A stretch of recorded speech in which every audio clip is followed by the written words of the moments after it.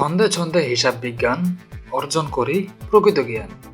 ব্যয় সম্পদ আদায় চিনতে পারলে কে ঠেকায়। হিসাব বিজ্ঞানের প্রিয় শিক্ষার্থী বন্ধুরা, আশা করি সকলেই ভালো আছো তোমরা।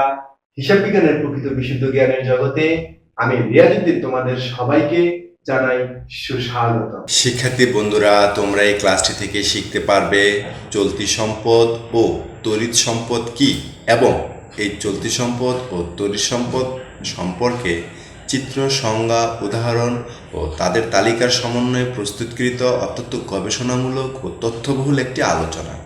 পাশাপাশি তো শিক্ষার্থী বন্ধুরা অ্যাকাউন্টিং টার্মস আর কি পয়েন্টসগুলোর তো ইংরেজি আছে।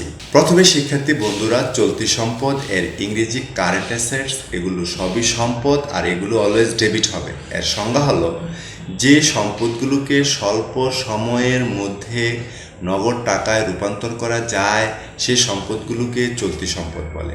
যেমন নগদ টাকা বা নগদ তহবিল, ব্যাংক জমা, ব্যাংক চলতি হিসাব, ব্যাংক সঞ্চয় হিসাব, প্রাপ্য হিসাব, বিবিধ দেনাদার, প্রাপ্য বিল, প্রাপ্য নোট, খুচরা যন্ত্রাংশ, বিক্রয় প্রতিনিধির নিকট জমা, অব্যবহৃত মণিহারি, বীমা কোম্পানি কর্তৃক স্বীকৃতি, স্বল্পমেয়াদী বিনিয়োগ, বিক্রয়যোগ্য সিকিউরিটি, চলতি কার্যের ব্যয়, উৎপাদিত পণ্য, সমাপনী মজুদ পণ্য, ব্যবসায়িক পণ্য, প্রাপ্য আয়সমূহ, বকেয়া আয়সমূহ এবং অগ্রিম ব্যয়সমূহ ইত্যাদি। আর শিক্ষার্থী বন্ধুরা, এই তড়িৎ সম্পদ এর ইংরেজি হলো কুইক অ্যাসেটস। এগুলোও সম্পদ, এগুলোও ডেবিট হবে। এর সংজ্ঞা হলো তড়িৎ শব্দের অর্থ তাড়াতাড়ি বা দ্রুত, অর্থাৎ যে সম্পদগুলোকে অতি দ্রুত নগদ টাকায় রূপান্তর করা যায় সে সম্পদগুলোকে তড়িৎ সম্পদ বলে। উদাহরণস্বরূপ বলা যায় নগদ টাকা বা নগদ তহবিল, ব্যাংক জমা, প্রাপ্য বিল, প্রাপ্য আয়সমূহ, দেনাদারের নিকট হতে পাওনা, স্বল্পমেয়াদী বিনিয়োগ, বিক্রয়যোগ্য সিকিউরিটি এবং বকেয়া আয়সমূহ ইত্যাদি। এক কথায় শিক্ষার্থী বন্ধুরা, তড়িৎ সম্পদ হলো চলতি সম্পদ থেকে সমাপনী মজুদ পণ্য, চলতি কার্যের ব্যয় ও অগ্রিম ব্যয়গুলো বাদ দিলে যে পরিমাণ সম্পদ থেকে যায় সেটাই হলো তড়িৎ সম্পদ। এখন শিক্ষার্থী বন্ধুরা, এই দুই সম্পদের মধ্যে অত্যন্ত গুরুত্বপূর্ণ হলো চলতি সম্পদে বলেছি আমি যে স্বল্প সময়ের মধ্যে এটা নগদ টাকা করা যাবে, আর তড়িৎ সম্পদে বলেছি যে অতি দ্রুত মানে তাড়াতাড়ি, স্বল্প সময়ের মধ্যেও আরও তাড়াতাড়ি, অর্থাৎ চলতি সম্পদগুলোর মধ্যেই তড়িৎ সম্পদ লুকায়িত আছে। তাহলে এই স্বল্প সময় তোমরা কি বুঝবে শিক্ষার্থী বন্ধুরা?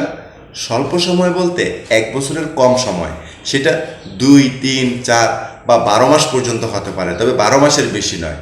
আর অতি তাড়াতাড়ি বা দ্রুত বলতে বুঝবে যে 1 বছরের মধ্যে যে কোনো সময়, অর্থাৎ এটা 2 মাস, 3 মাস, 4 মাস হতে পারে, বা 2 দিন, 3 দিন, 1 দিন বা 1 ঘন্টার মধ্যে যেটাকে নগদ টাকায় রূপান্তর করা যায়, অর্থাৎ অতি দ্রুত। মনে করো শিক্ষার্থী বন্ধুরা, আজকে 2018 সালের শেষ দিন 31শে ডিসেম্বর।